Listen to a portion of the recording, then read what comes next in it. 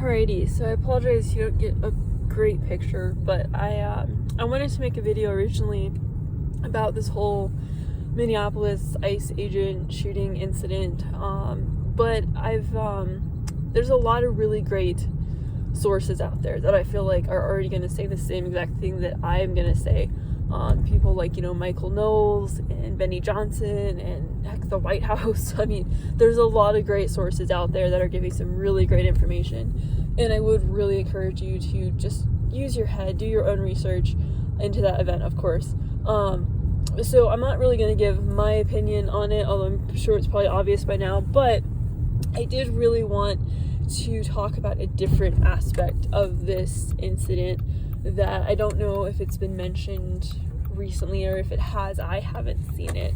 But that's the fact that this shooting self-defense incident really brought up some kind of eternal aspects. So, everyone's upset because this lady got shot because she tried to hit an ICE officer.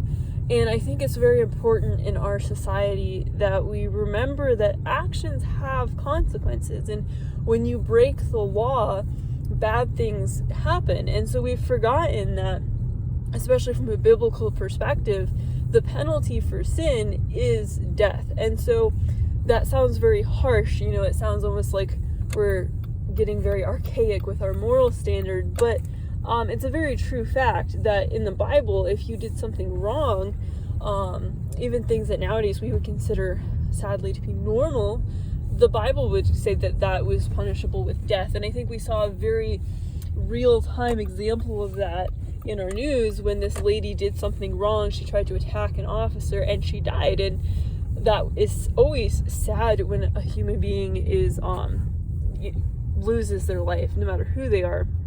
Very sad indeed. But it was a very real-time example that she did wrong and she received the punishment for what she did. And it should be a reminder for all of us as humans and as Christians that every single one of us, according to God's law, is deserving of death. Every single one of us have done things that are wrong that God says should be punished with death. Now, that's important because also according to the Bible, every single one of us that are stuck in this what's called sin and the penalty for that sin, we can't do anything to get out of that. Just like sadly the lady in that incident, she could not save herself after she had been shot. And we kind of have that same standing in eternity, that we are deserving of death before God and we can't do anything to save ourselves from that.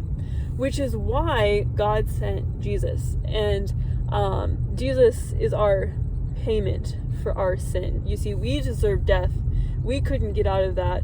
So God sent Jesus, who was perfect and who did not deserve death. And Jesus died in our place. He paid our price. So if we are trusting Jesus to have forgiven us of our sin, meaning that we are trusting that He paid our sin, He took my punishment, and He paid it completely in full, and God was pleased with that. If we're trusting in that, then we are what's called forgiven, meaning we don't have to worry about God exacting death on us for our sin that we deserve, because we trust that Jesus took that for us.